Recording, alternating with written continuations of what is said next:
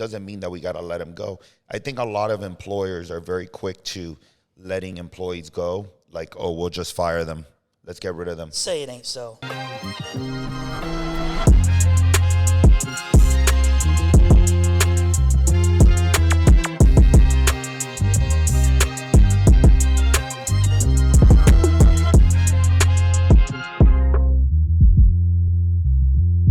Welcome to Livestream. I'm your host, Dr. Alex Plains, with my co-host, Jeremy Applegate. Welcome, Jeremy. How you doing today? Good, Doc. How you doing? I'm doing great. You survived Nicole?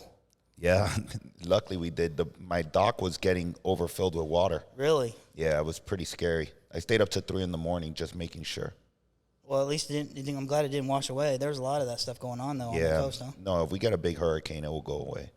It's terrible. Yeah, so we were having a conversation prior to starting the show today about building a winning team. Yeah. So what makes the difference between like a Dusty Baker, a Tony La Russa, a Bill Belichick, and some of these amazing coaches, managers? Well, I mean, I Bill think Jackson. Look at the Yankees and look at the Patriots, and like you said, those The coaches Lakers. there. Yeah, I mean, it's relevant to building that team and building the team based upon the strengths of the individuals on that team, right? That's correct. So if you start looking at like your business, right? Like a sports team, you got the GM, right? Yep. You got the manager, the head coach, and then you got your team. Yeah, you got to have your star players. Then you have to have your role players. You have to have the guy bench. who's going to get 20 rebounds, or The water boy. yeah, you got to do it all. I mean, they're all part of the process, right? That is very true. So Everybody has a purpose. everybody has a purpose. So Always purpose.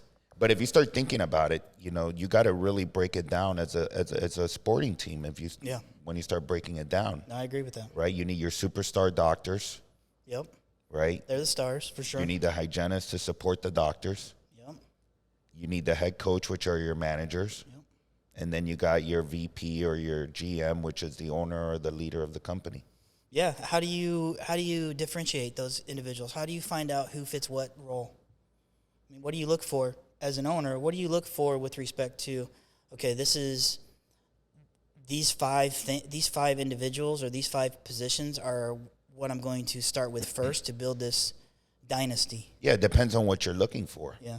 So you got to evaluate the strength and the weaknesses of the employees you currently have. Okay. And if you don't have those checks in those areas, then you start recruiting like you would if you run a sports team to try to find, like, you remember Tony Gwynn? Oh, yeah. You want a hitter, you get Tony Gwynn. Get Tony Gwynn. You want a home run, superstar, you got a Sammy Sosa, Mark McGwire back in the day, or Ken Griffey. Yep. So you got to fill in those gaps in your company and make sure that they're all filled in. And I think that's interesting that you say that, because I think that in the sports industry specifically, it turns into the diversification changes. You know what I mean? So it's like you used to have a leadoff hitter who was really fast and would steal bases all the time, and now they don't even exist anymore, really. And I think that's interesting to figure that out and put that into a business aspect, of how a business can diversify itself and evolve. That's correct. With the times. Yeah, you remember Ricky Henderson? Oh, yeah. One of the best leadoff hitters of all time. Yep. And at the end of his career, he was not batting number 1 anymore. That's correct. He was batting, I believe, 5th or 6th in the roster. Yep. And a lot of these power hitters now are being put at the end, or even batting leadoff.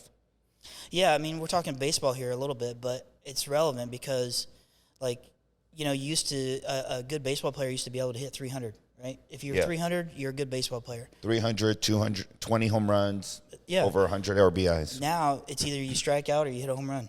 Yeah. But look at the Astros. I mean, and I know we're getting into baseball, into sports, but it all comes down to the team and how you put all these different strong players in different positions.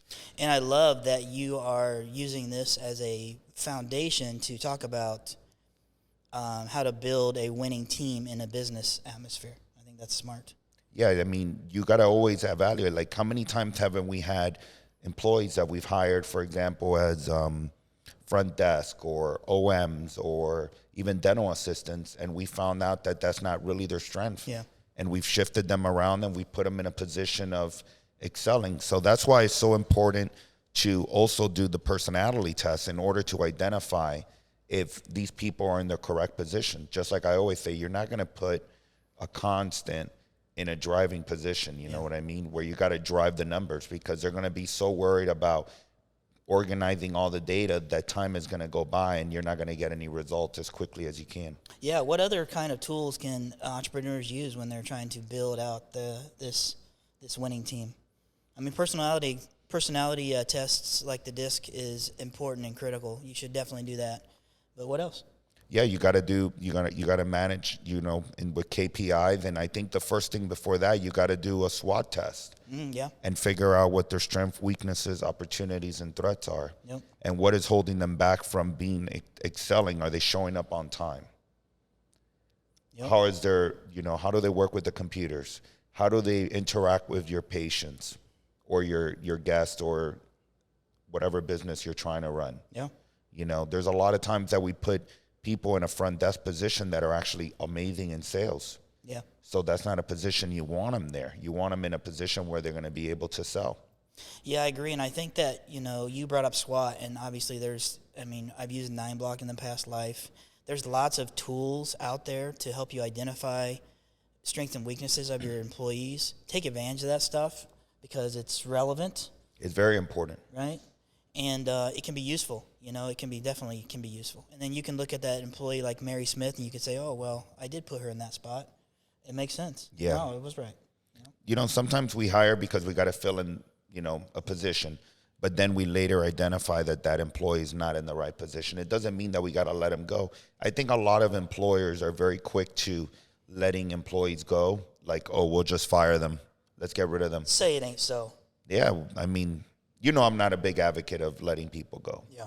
I always believe in a word that I always say, rehab. I think we can do a rehabilitation on this employee, have conversations, come up with a performance improvement plan, and then maybe shift them to a different position. And I think that I love how you said that, and he is right. He is an individual who, understands the value of each individual team member, and shame on us for putting them in the wrong spot. You know what I mean? And I think that it's relevant for you guys to understand, like, you hired that person for a reason. And if you put that person in the wrong role, then you should find a position for them that they're going to excel at. Exactly. But remember, for the last 8 years, I never was able to identify all these, these metrics or these questions that you got to ask more questions rather than less questions. That's why the PPFs are so important, the personal, professional, and financials, the personality test.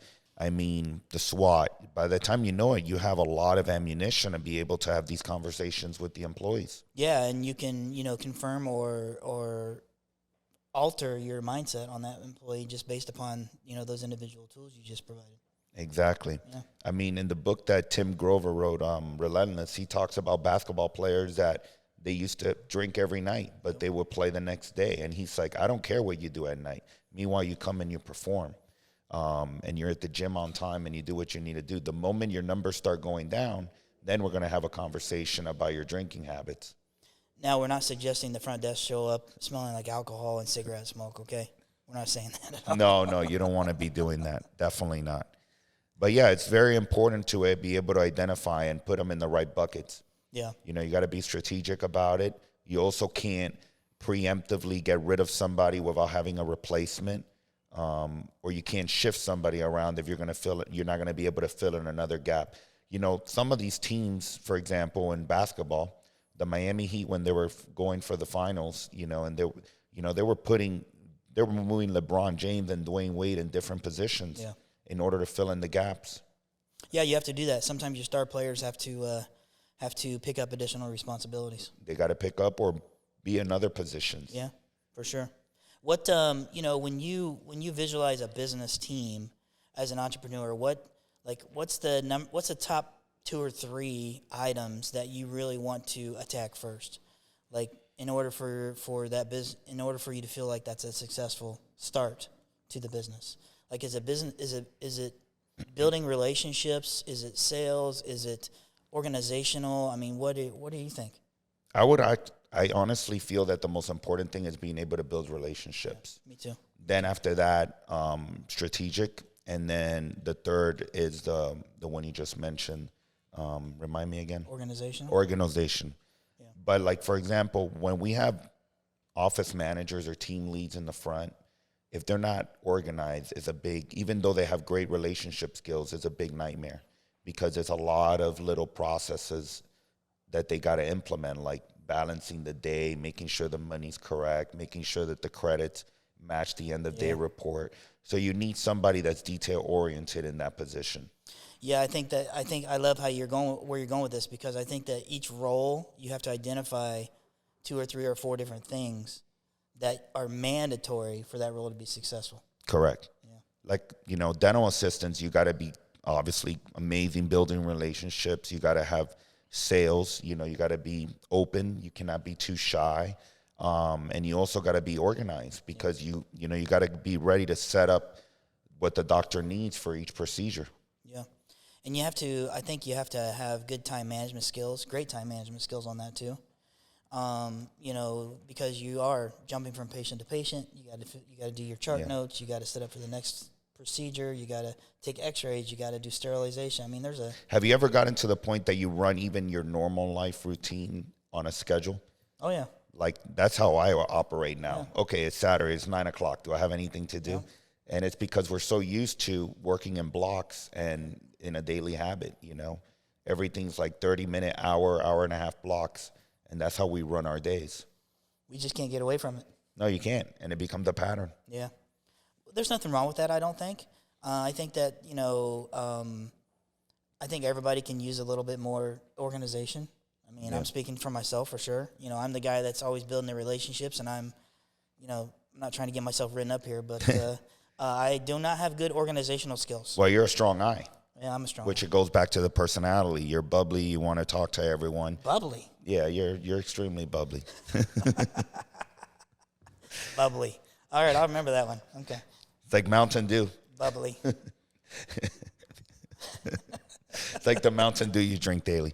So, you're a strong eye, but sometimes you're so into the conversations and building those relationships that you leave some of those tasks in the back end because you don't do it intentionally. It's just that's your personality trait. Yeah, for sure. And, just like me, a strong D, and then I become an I when I'm not stressed, and when I'm stressed, I become an S, a DS. So I stabilize when I'm under stress, but it shouldn't be that way. I should be able to be driven, but also organized. But it's very hard to find that in a personality. Yeah, when people sit there and talk about, okay, so what are your strengths? And they're like organization, and they list that as number 1 on their list. I'm thinking, really? I don't know about that, because I have not met one, excluding my wife, because my wife is probably the most organized person I've ever met in my life. Uh-huh. Way to go, babe. But on the business side, I really don't see when people put that as number 1 as like that's the greatest thing they're at. You know what I mean? Yeah. I think they just I think everybody has organization on their resume. Is that right? I think it's part of the standard resume process, right? And I always ask that question. I'm like, how do I know that you're organized? Oh, well, because okay, cool, thanks. I think definitely building relationship and having sales. Like, there was a point in my life that the most important thing was building relationships. Yeah. Being liked. But sometimes you can't be liked by all, and you got to be willing to accept that. Yeah, I think that's part of building relationships for sure. I mean, you still have to do business with those people in some capacity, so you still need to make sure that that's a viable relationship.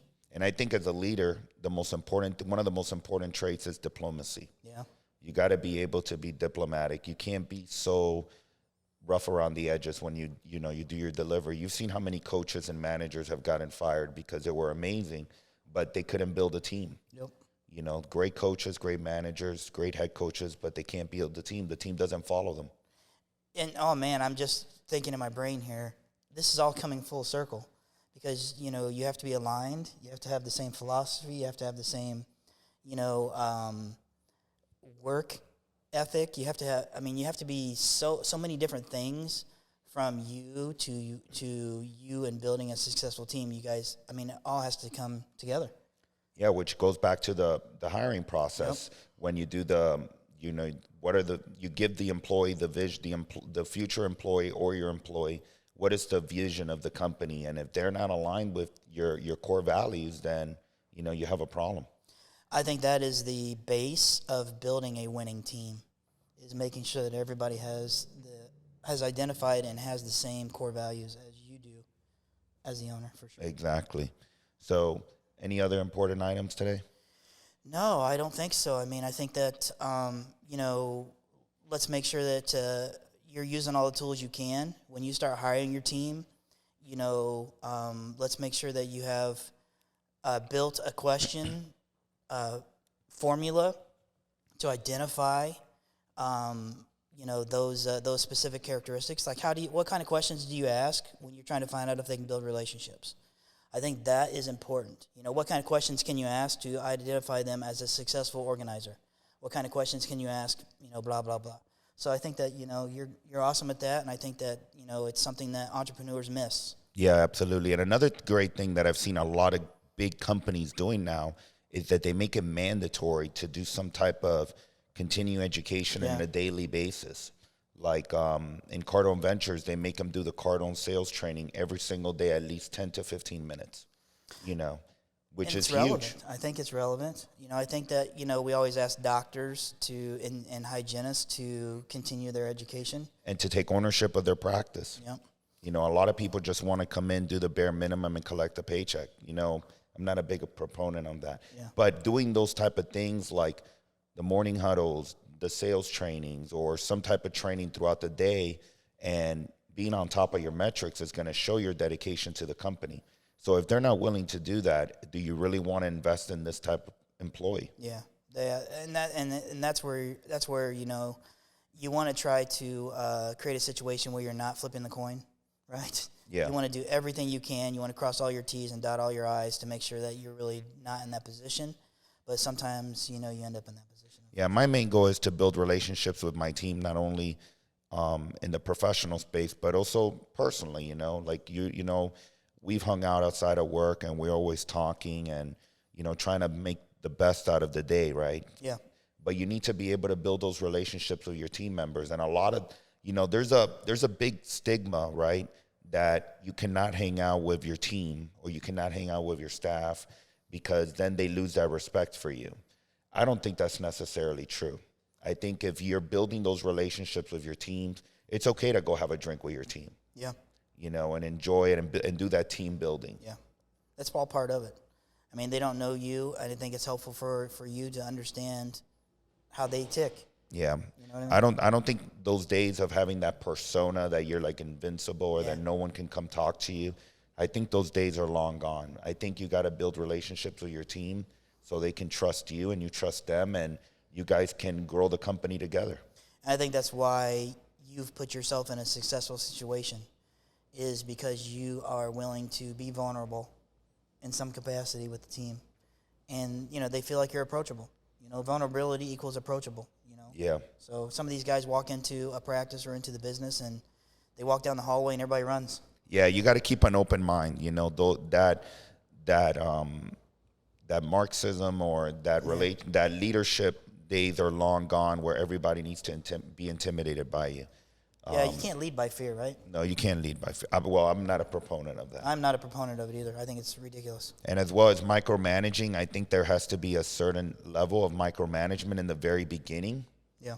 But you cannot, like I said last time, you cannot let every single time the employee has a question or a concern that they have to come to you for the solution. They should be able to solve those problems by themselves. Yeah, I agree. You put them in a position to be successful. You train them, you coach them, and that turns into a situation where you got to trust them that they're going to make the right choice. That's correct. Well, thank you so much today, Jeremy. It's been a great morning. Follow us at Dr. Alex A. Plains, and you can follow us on YouTube, live stream with Dr. Plains. Thank you.